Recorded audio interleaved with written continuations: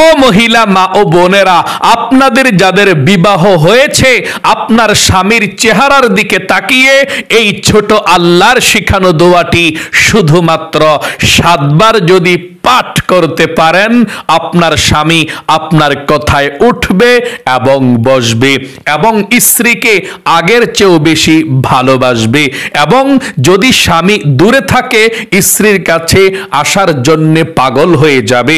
এবং এই আমলটি করার পরপর স্বামীর মনের মধ্যে স্ত্রীর ভালোবাসা, মায়া, মহাব্বত আল্লাহ ঢেলে দেবে। আগের চেয়েও বেশি স্ত্রীকে স্বামী ভালোবাসবে। আপনার স্বামী যদি পরকিয়া করে বা অন্যদিকে মন মানসিকতা থাকে, ফ্যামিলির প্রতি, স্ত্রীর প্রতি, ছেলে সন্তানের প্রতি মায়া না থাকে, এই দোয়াটি যদি আপনারা পড়তে পারেন, আপনার স্বামী ছেলে সন্তানের প্রতি, স্ত্রীর প্রতি, ফ্যামিলির প্রতি মায়া হবে এবং পরকিয়া যদিও করে, অন্য মহিলার সঙ্গে যদিও কথা বলে, বন্ধ হয়ে যাবে। আল্লাহ আপনার স্বামীকে হেদায়েত দান করবে এবং আল্লাহ রব্বুল আলামিন রহমত বরকত দিয়ে আপনাদের দাম্পত্য জীবনটাকে সবচেয়ে সুখীময় দান করবে। আমার প্রত্যেকটা মহিলা মা বোন যাদের বিবাহ হয়েছে, আপনারা আপনার স্বামীর চেহারার দিকে তাকিয়ে এই ছোট দোয়াটি পড়বেন ইনশাআল্লাহ। যাদের স্বামী ভালো আছে তারাও পড়বেন, যাদের স্বামী খারাপ, কথাবার্তা শোনে না, স্ত্রীকে সম্মান দেয় না এবং টাকা পয়সা দেয় না, তারাও এই আমলটি করবেন ইনশাআল্লাহ। সবার জন্য উপকার হবে। এটা কোরআনি আমল। আপনাদের দাম্পত্য জীবনটাকে আল্লাহ সুখময় দান করবে, বিপদ আপদ বালা মুসিবত দূর করবে, স্বামী তার স্ত্রীকে সম্মান করবে ইনশাআল্লাহ। এখন সমাজের মধ্যে অনেক মহিলা মা বোন আছে এমন যারা খুব কষ্টে জীবন যাপন করছে। আমাদেরকে প্রায় সময় অনেক মহিলা মা বোন কমেন্টস করে যে হুজুর, আমার স্বামী তো আগে ভালো ছিল, কিন্তু এখন তো আমার স্বামী ভালো না, আমাকে আগের মতো ভালোবাসে না, আগের মতো বিশ্বাস করে না, আগের মতো আমার সঙ্গে কথাবার্তা বলে না, আমাকে সময় দিতে চায় না, সে বিরক্ত মনে করে। কিংবা অনেক মহিলা মা বোন বলে, হুজুর আমার স্বামী দূরে চলে গিয়েছে, আমাকে ছেড়ে আমি এখন কি করব? ও মহিলা মা ও বোনেরা, আপনার স্বামীর চেহারার দিকে তাকিয়ে এই দোয়াটি পাঠ করবেন। আর যদি আপনার স্বামী দূরে থাকে, তাহলে মোবাইলের মধ্যে যদি আপনার স্বামীর একটা ছবি থাকে, ওই ছবিটার দিকে তাকিয়ে দোয়াটি পাঠ করবেন। এবং যখন ইমুতে কথা বলেন মোবাইলে, তখনও দোয়াটি পড়লেও হবে, কোনো সমস্যা নেই ইনশাআল্লাহ। প্রত্যেকটা মহিলা মা বোন যাদের বিবাহ হয়েছে সকলে এই আমলটি করবেন ইনশাআল্লাহ। প্রিয় দিনী মহিলা মা ও বোনেরা, নবী করিম সাল্লাল্লাহু আলাইহি ওয়াসাল্লাম এই আমলটির কথা বলেছেন।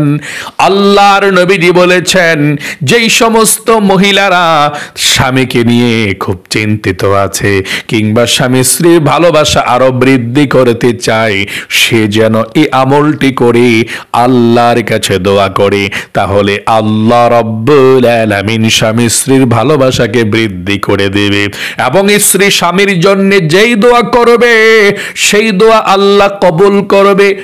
এবং ও মহিলা মা ও বোনেরা, আপনি আমলটি করলে আল্লাহর রহমত এবং বরকত আল্লাহ নাজিল করবে। কোরআনুল কারীমের মধ্যে আল্লাহ সব রেখে দিয়েছেন, তবে আমল করার নিয়ম জানতে হবে।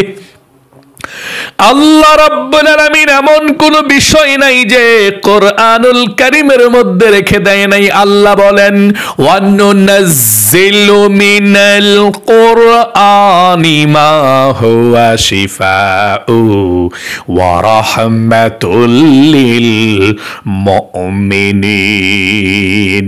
আল্লাহ বলেন, এমন কোন বিষয় নাই যে আমি আল্লাহ কোরআনুল কারীমের মধ্যে রেখে দেই নাই। সকল সমস্যার সমাধান দিতে পারে আল কোরআন। যত সমস্যা পৃথিবীর মধ্যে হচ্ছে কিংবা হবে, যত সমস্যা আছে, সকল সমস্যার সমাধান আল্লাহ কোরআনুল কারীমের মধ্যে রেখে দিয়েছেন। আল্লাহ বলেন, ওয়ানাজ্জালনা আলাইকাল কিতাবাতি বিয়ানাল লিকুল্লি শাই। সব রেখে দিয়েছেন এ কোরআনুল কারীমের মধ্যে। ও মহিলা মা ও বোনেরা, আপনারা আপনার স্বামীর জন্য আমলটি কিভাবে করবেন মনোযোগ সহকারে শুনবেন, এক্ষুনি বলে দেব ইনশাআল্লাহ। এই আমলটি আমার প্রত্যেকটা মহিলা মা বোন করবেন যাদের বিবাহ হয়েছে, ইনশাআল্লাহ অনেক সুখে শান্তিতে থাকতে পারবেন। আমলটি করতে হলে সর্বপ্রথম আপনাদেরকে পবিত্রতা অর্জন করতে হবে। স্ত্রী তার স্বামীর জন্য আমলটি করতে পারবে, স্বামী তার স্ত্রীর জন্য আমলটি করতে পারবে, কোনো সমস্যা নেই, কোনো ক্ষতি হবে না। হালাল ভাবে জায়েজ ভাবে কোরআনি এই আমলটি করতে পারবে ইনশাআল্লাহ। আমলটি করতে হলে সর্বপ্রথম আপনাকে পবিত্রতা অর্জন করতে হবে। ওযু না থাকলে ওযু করবেন সুন্দর করে। নবীজি যেভাবে ওযু করেছিল ঠিক সেভাবে আপনাকে ওযু করতে হবে। আল্লাহর নবীজি বলেছেন, যে ব্যক্তি ওযু করলো কিন্তু প্রথমে বিসমিল্লাহ পাঠ করলো না, তার ওযুটা হলো না পরিপূর্ণ। তাই আপনি ওযু করার শুরুতে আপনি পাঠ করবেন, আমার সঙ্গে পড়ুন, বিসমিল্লাহির রহমানির রহিম। তারপর আপনি বিসমিল্লাহ পাঠ করে ওযুটা শুরু করবেন, সুন্দর করে ওযু করবেন। ওযুটা সুন্দর করে করার পর নবীজি বলেছেন কালিমায়ে শাহাদাত একটিবার পাঠ করবেন। আল্লাহর নবী বলেন, ওযু করার পর যদি কেউ কালিমায়ে শাহাদাত পাঠ করতে পারে, আল্লাহ 8 জান্নাতের দরজা খুলে দিবে আপনার জন্য, এবং আপনি যেই কোনো জান্নাতের দরজা দিয়ে যেই কোনো জান্নাতে প্রবেশ করতে পারবেন। আল্লাহু আকবার। তাই ওযু করার পরে আপনি কালিমায়ে শাহাদাত পাঠ করবেন, এত ফজিলত। কিভাবে কালিমায়ে শাহাদাতটা পাঠ করবেন আমার সঙ্গে একটিবার সহি শুদ্ধ ভাবে পড়ুন। এভাবে পড়বেন, আশহাদু আল্লাহ ইলাহা ইল্লাল্লাহু ওয়াহদাহু লা শারীকা লাহু ওয়া আশহাদু আন্না মুহাম্মাদান আবদুহু ওয়া রাসূলুহু। এভাবে আপনি কালিমায়ে শাহাদাতটা পাঠ করবেন। কালিমায়ে শাহাদাতটা পাঠ করার পরে আপনি আমলটি করতে হবে।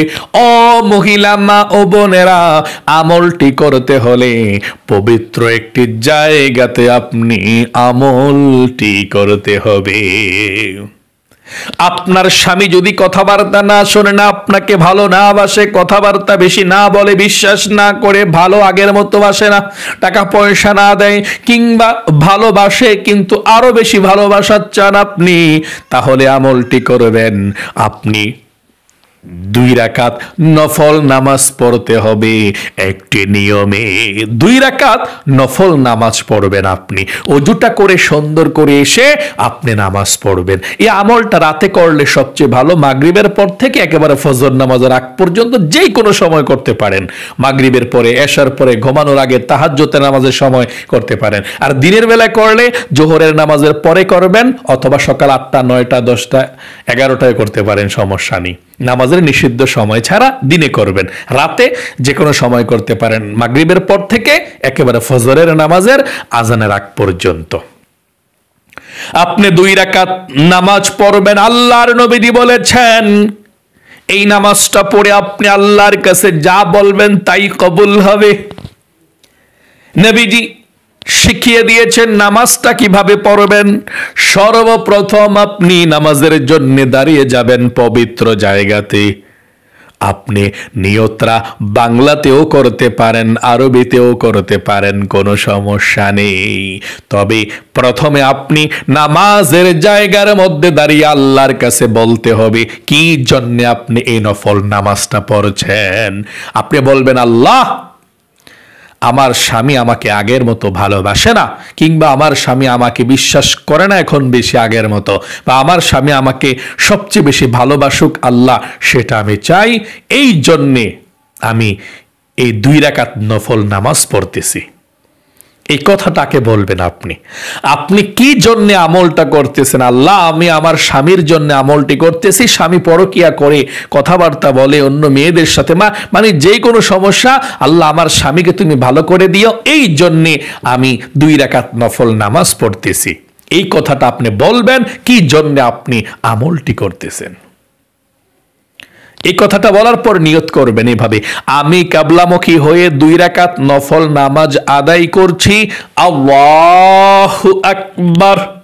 আবারও বলছি, এই কথাটা আপনি প্রথমে বলে তারপরে নামাজের নিয়তটা করবেন। আমি কিবলামুখী হয়ে 2 রাকাত নফল নামাজ আদায় করছি, আল্লাহু আকবার। তারপর সানা পাঠ করবেন, সুবহানাকাল্লাহুম্মা ওয়া বিহামদিকা ওয়া তাবারাকাসমুকা ওয়া তাআলা জাদ্দুকা ওয়া লা ইলাহা গায়রুক। তারপর আউযু বিল্লাহ বিসমিল্লাহ সহকারে সূরা ফাতিহা আলহামদু সূরাটা পড়বেন। পড়ার পর বিসমিল্লাহির রহমানির রহিম পড়ে 3 বার সূরা ইখলাস, কুল হুয়াল্লাহ সূরা 3 বার পড়বেন। এইভাবে বিসমিল্লাহির রহমানির রহিম, কুল হুয়াল্লাহু আহাদ, আল্লাহু সামাদ, লাম ইয়ালিদ ওয়া লাম ইউলাদ ওয়া লাম ইয়াকুল লাহু কুফুয়ান আহাদ। আবার বিসমিল্লাহির রহমানির রহিম, কুল হুয়াল্লাহু আহাদ, আল্লাহু সামাদ, লাম ইয়ালিদ ওয়া লাম ইউলাদ ওয়া লাম ইয়াকুল লাহু কুফুয়ান আহাদ। আবার বিসমিল্লাহ পড়ে আবার কুল হুয়াল্লাহ পড়বেন।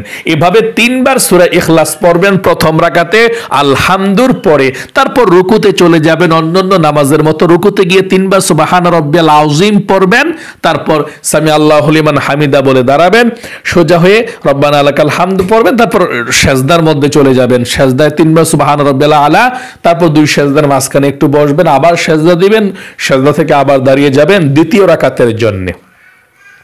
দ্বিতীয় রাকাতের জন্য দাঁড়িয়ে বিসমিল্লাহির রহমানির রহিম পড়ে আলহামদু সূরাটা পড়বেন। পড়ে আপনি সূরা ইখলাস আবারও প্রথমের মতো কুল হুয়াল্লাহ সূরাটা 3 বার পড়বেন। পড়ে রুকু সাজদা সব ঠিকঠাক মতো দিয়ে 2 রাকাত পড়ে যখন বসবেন, বসে তাশাহুদ, দুরূদ শরীফ, দোয়া মাসুরা পড়ে সালাম ফিরাবেন।